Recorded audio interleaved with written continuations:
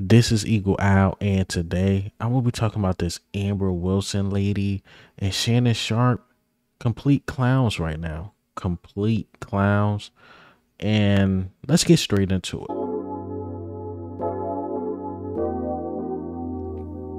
All right, so I've been seeing this Amber Wilson girl trending all over at least Eagles Twitter and Cowboys Twitter regarding her take on the Eagles and Cowboys and how she said the Cowboys were the better team. I didn't read the full quote, but I did find the clip. I didn't really watch all of it. So I got this on fast mode and we're going to watch this clip together. And I want to hear her back up her argument. I don't mind bold takes, but back up the argument and maybe we got a debate, but let's listen to her explanation on why the Cowboys will be better than the Eagles going into this season. Comes in and he goes to the Arizona Cardinals and they're in their rebuild in the next couple of years. They're able, because you have a cheap quarterback, you have the ability to go out and get veterans and stack the deck. We know once you pay the quarterback, you start losing pieces. And, the reality is you have to strike now, because right now the varsity in the NFL is the AFC. So even if he gets there, Jalen Hurts may be looking at a superior quarterback on the other sideline. Who is the better team, the Eagles or the Cowboys? Oh, this is the opportunity for me to just make Philadelphia so much more happy with me today, right?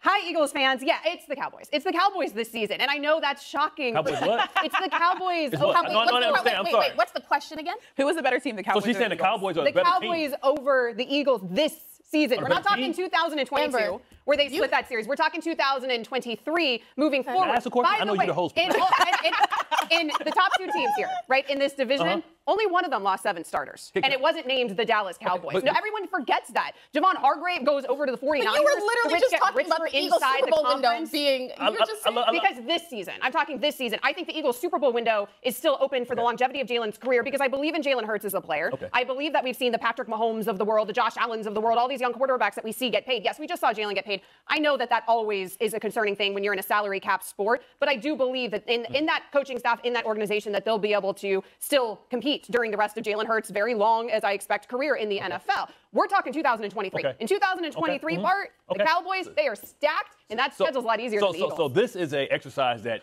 football players do in the locker room all the time. And it's like, who would you rather, right? So let's play this game of who would you rather. That's a good one. Okay, so let's play who would you rather have? Would you rather have the cornerbacks for the Philadelphia Eagles, or would you rather have the cornerbacks for the Dallas Cowboys? Okay, but here's no. Don't ask the question with a question. Don't ask the question with a question.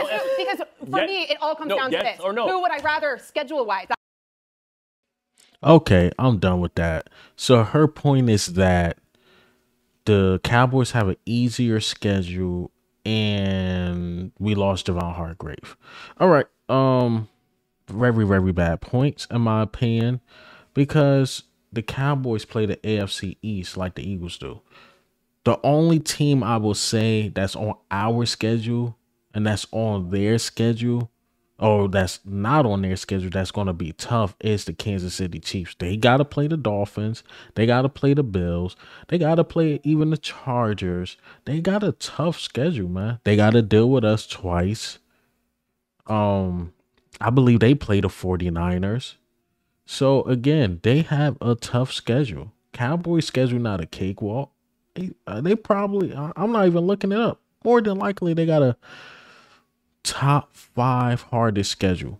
More than likely.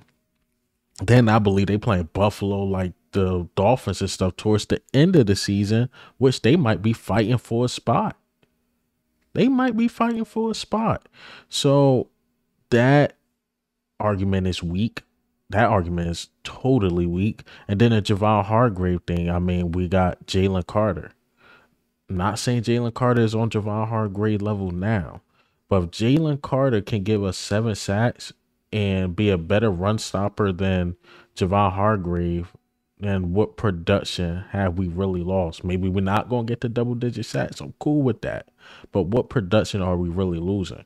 Now, the argument she should have made is that, well, they lost T.J. Edwards and Kaiser White. Now, that would have been a better argument. It's like, okay, because we still got to figure out Nakobe Dean. I like Zach Cunningham, but is he a T.J. Edwards?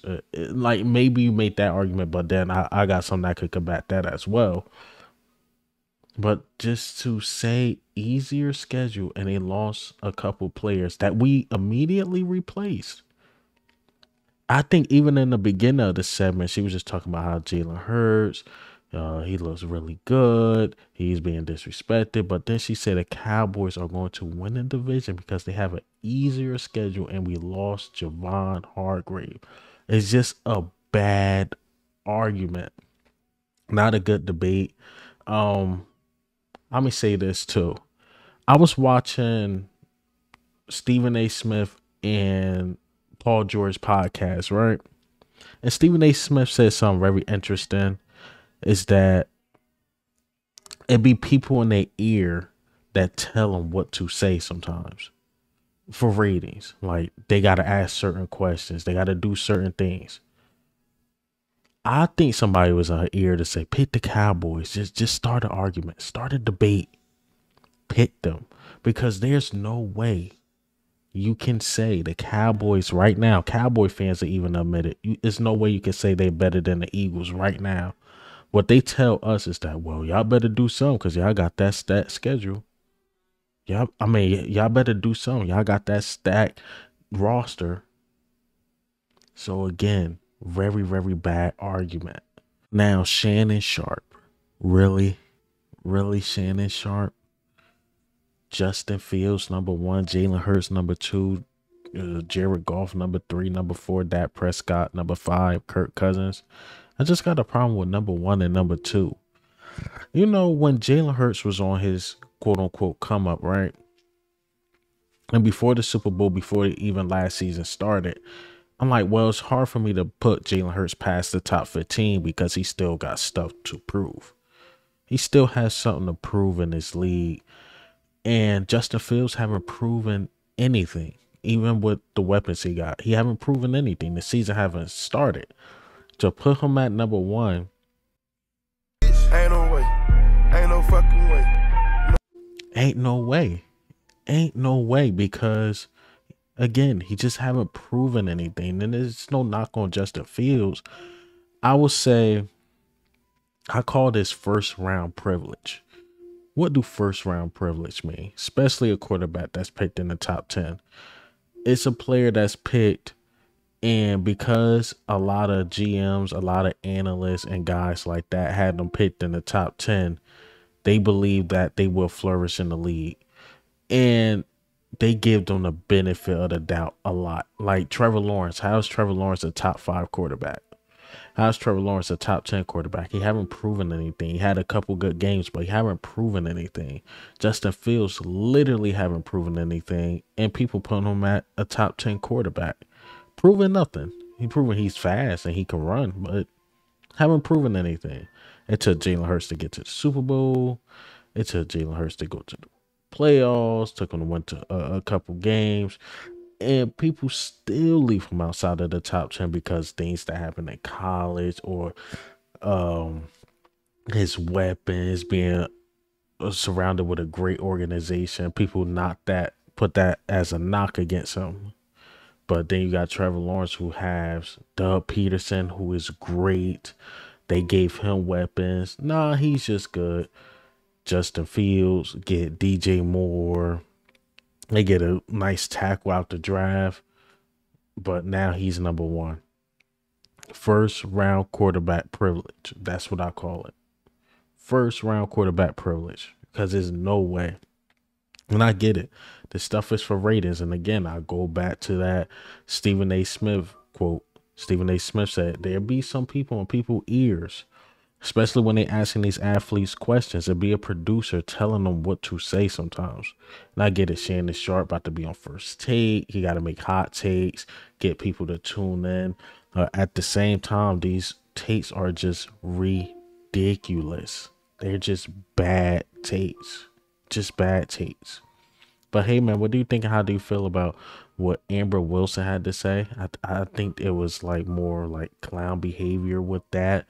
For sure. Shannon Sharpe, I don't agree at all. This is a horrible take, and I love Shannon Sharpe.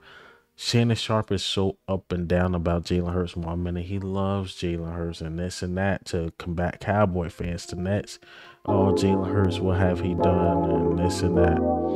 So Shannon Sharpe is so confusing. But this is Eagle Al.